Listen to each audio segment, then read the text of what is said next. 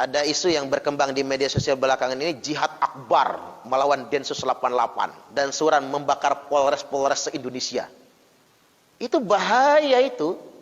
Siapa yang menang lawan polisi? Nggak ada yang menang lah. Tapi bahayanya apa? Secara agama saya ingin katakan itu bahaya. Itu namanya bogot, memberontak kepada pemerintah yang sah.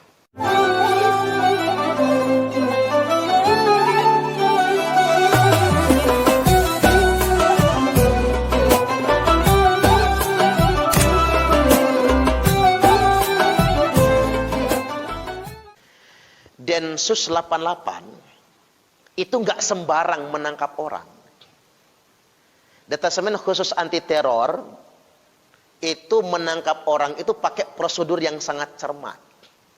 Dan sudah ada pembuktian pendahuluan yang sangat akurat sekali, Pak. Dan itu bisa dibuktikan di pengadilan. Banyak kan yang beredar di media sosial itu seakan-akan Densus zalim tanpa bukti. Padahal itu buktinya sangat kuat di pengadilan. Terutama terkait dengan penyandang dana terorisme. Karena yang ditangkap itu terkait dengan jamaah Islamiyah. Dan sudah jelas bukti transfernya. Apa yang dilakukan terhadap itu semua. Dan begini, Densus 88 itu kalau nangkep orang itu bukan baru tahu kayak kita nangkep begal motor. Kita nangkep begal motor ketika dia sedang menjebol kunci motor misalnya, kemudian ketahuan lalu kita tangkap, bukan begitu. Tapi memang sudah dikuntit sejak jauh-jauh hari. Saya ambil contoh sederhana, Pak. Pentolan Jamaah Islamiyah JI Para Wijayanto yang ditangkap beberapa waktu yang silam. Itu dikuntit oleh petugas sejak dia umur 23 tahun.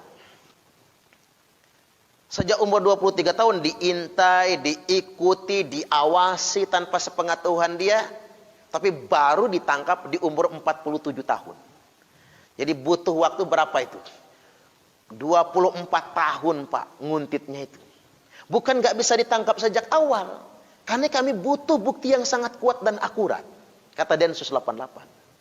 Sama kayak yang baru ditangkap itu. Itu bukan baru ketahuan kemarin-kemarin. Bukan. Memang sudah lama dipersiapkan. Diawasi dulu. Siapa tahu mereka bisa berubah. Siapa tahu dia bertobat. Karena gelarnya ustadz kan. Tapi lama-kelamaan kok makin jadi. Malah dia jadi mentor terhadap ustadz-ustadz yang baru di jamaah Islamiyah. Malah semakin mengkristal. Anti NKRI. Ini nggak bisa dibiarkan lagi. Dan sudah mulai menggalang dana. Termasuk Yayasan Abaya. Yayasan Abdurrahman bin Auf itu. Mereka pengelolanya. Dana kotak amal digunakan untuk kepentingan terorisme. Karena nggak bisa dibiarkan lagi. Takut berkepanjangan. Semakin membahayakan. Dengan bukti yang sangat akurat langsung ditangkap. Jadi ini nggak kayak kata di media sosial itu, Pak, menzalimi ulama. Bukan, ulama yang mana yang dizalimi? Ulama-ulama hebat di negeri kita ini aman semua. Pesantren maju semua. Santri ribuan semua. Ulama yang mana? Makanya saya tegaskan, ulama yang mana? Mereka itu memang dari awal sudah diikuti sedemikian rupa. Dan Densus 88 itu tahu benar, Pak, siapa anggota-anggotanya. Cuma sengaja nggak ditangkapin. Karena masih ada harapan. Mudah-mudahan mereka bisa berubah. Mudah-mudahan mereka bisa dicerahkan. Termasuk Pak Bawai misalnya. Kalau ikut-ikutan kayak gitu, diintip dulu. Kok orangnya kurus, pikir Densus kan. Jangan dulu lah. Jangan ditangkap dulu. Dikasih wawasan, diajak ngobrol dulu. Betul, Pak. Dicarikan ustadz, biar berdiskusi sama dia. Segitunya. Nggak sembarangan Densus 88 itu menangkap. Orang main fitnah saja, kayak kemarin muncul fitnah.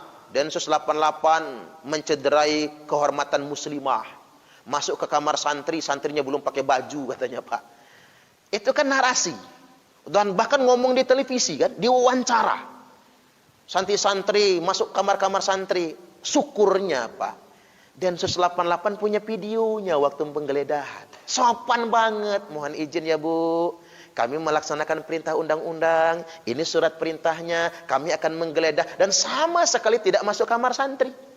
Tuh, coba kalau nggak ada videonya, Pak. Se-Indonesia orang akan mencaci maki Densus 88. Untung videonya siap semua. Itu namanya fitnah. Jadi teroris itu fitnah sekalipun mereka halalkan. Demi kepentingan mereka semua. Karena memang mereka tuh anti NKRI. Anti Pancasila. Yang mereka inginkan tuh daulah Islam, negara Islam. Yang nggak sejalan sama pemikiran mereka ya kafir semua. Dan ada satu yang menarik ini Pak. Apa yang menarik? Ada sisi humanis yang tidak diketahui oleh masyarakat Indonesia. Semua keluarga teroris, narapidana teroris, napiter, yang ditangkap Densus, yang kemudian dipenjara, semua keluarganya itu dijamin hidupnya Pak, ditanggung oleh Densus 88. Dikirim beras, dikirim duit, kalau sakit diobati. Kalau mereka pengen nengok suaminya, diongkosi. Makanya kalau kata petugas-petugas Densus itu, kami sangat akrab dengan keluarga-keluarga teroris itu. Makanya narapidana lain itu cemburu Pak. Pelaku kriminal yang lain cemburu. Coba kalau ditangkap jadi garong, nggak ada yang mau ngasih makan empan anak bininya. Jadi begal yang lainnya. Tapi kalau narapidana teroris itu dikasih makan, kemudian diantar beras, anaknya sekolah dibayarin. Ini mengapa nggak diekspos? Takut yang lain cemburu sebetulnya. Enak betul, makanya kata saya, oh enak jadi teroris ya ternyata. Walaupun masuk penjara dikasih makan. Kalau nggak percaya, tanyalah keluarga-keluarga teroris itu. Ada berapa yang ditangkap di Lampung ini datengin keluarganya? Benar tidak? Kalau Densus 88 sering datang, bawa beras, bawa duit, bawa apa-apa. Menengok keluarganya di penjara, diongkosin, difasilitasi, pengen tidur di hotel, disewakan hotel. Saya tanya, kok begitunya ya sama mereka? Iya Ustadz, karena sebetulnya teroris itu bukan orang jahat, tapi otaknya sudah dicuci gitu. Akhirnya mereka begitu. Dengan cara begitu kita membujuk mereka, bahwasanya kita ini saudara, jangan mengkafirkan kami lagi. Yuk berubah, ayo kita bangun negara kita, tapi bukan dengan cara kekerasan. Bukan dengan cara mengkafir-kafirkan orang. Nah nanti Pak narapidana itu yang sudah keluar dari penjara, itu dimodali. Ada yang dibuatkan bengkel, ada yang dibuatkan warung makan, ada yang kemarin itu baru saja dibelikan mesin bubut. Oh mahal itu Pak. Kalau minjem ke bank belum tentu dipinjemin sama bank. Nah ini yang tidak diketahui masyarakat, cuman bisa mencaci saja. Makanya kadang saya kasihan sama petugas Densus itu. Kadang mereka kurang tidur.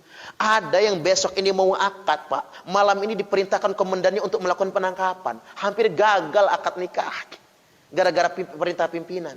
Dan taruhan mereka tuh nyawa loh. Banyak keluarga-keluarga mereka tuh yang jadi sasaran balas dendam. Banyak sekali. Makanya mereka kadang-kadang merahasiakan identitas mereka. Ini yang tidak kita pahami. Saya maunya masyarakat Indonesia ini satu suara lah. Yuk kita dukung negara kita sendiri. Coba bapak-bapak bayangkan kalau kita ngedukung paham-paham radikal itu. Kalau mereka banyak di negeri kita ini, apa jadinya negara kita? Kan bisa bubar negara kita ini. Baik, saya juga merespon ada isu yang berkembang di media sosial belakangan ini, jihad akbar melawan Densus 88 dan suran membakar polres-polres se-Indonesia. Itu bahaya itu. Siapa yang menang lawan polisi? Nggak ada yang menang lah. Tapi bahayanya apa? Secara agama saya ingin katakan itu bahaya. Itu namanya bogot, memberontak kepada pemerintah yang sah. Maka dalam keterangan hadis Nabi disebutnya man khola'a yadan min ta'atin. Man khola'a yadan min ta'atin. Barang siapa yang melepaskan tangannya dari ketaatan kepada pemerintah yang sah, laqiyallahu yaumal qiyamati la hujjatalah. Dia akan bangkit pada hari kiamat nanti tanpa hujah sama sekali. Bangkit pada hari kiamat tanpa hujah, tanpa alasan. Kalau dosa yang lain, maling, Allah nanya, ngapa kamu maling? Lapar ya Allah, nggak kebeli beras. Allah dengarkan hujahnya, Allah dengarkan alasannya. Dosa-dosa yang lain itu Pak masih ada hujahnya. Ngapa kamu berzina? Maaf ya Allah, khilaf betul. Ceweknya seksi banget lewat depan saya. Mana saya ini sudah seminggu ditolak bini terus misalnya kan. Hujah masih didengar oleh Allah Pak. Tapi kalau memberontak kepada negara, memberontak kepada pemerintah yang sah, la hujjatalah. Tidak ada hujah baginya. Tidak ada alasan. Allah tak mau mendengarkan alasannya. Wa man mata wa laisa fi unuqihi bai'atun mata mitatan jahiliyah. Dan barang siapa yang mati, tidak ada di lehernya ketaatan. Artinya dia sedang melepaskan diri dari kesetiaan kepada negaranya, kepada pemerintah yang sah, maka mata mitatan jahiliyah, maka matinya mati jahiliyah. Jadi hati-hati dengan seruan itu semua. Ngeberontak kepada negara itu tidak boleh. Masih mending kita negara demokrasi Pak, belum diapa-apakan. Kalau di Arab Saudi menyerukan suara untuk melawan kerajaan, langsung dihukum pancung itu. Masih mending di negara kita. Orang masih berkata dan berpikir, belum ada hukuman baginya. Kecuali kalau dia sudah melakukan tindakan. Jadi saya ingin tegaskan bahwasanya jangan sekali-kali ada ide satupun ingin melawan negara sendiri.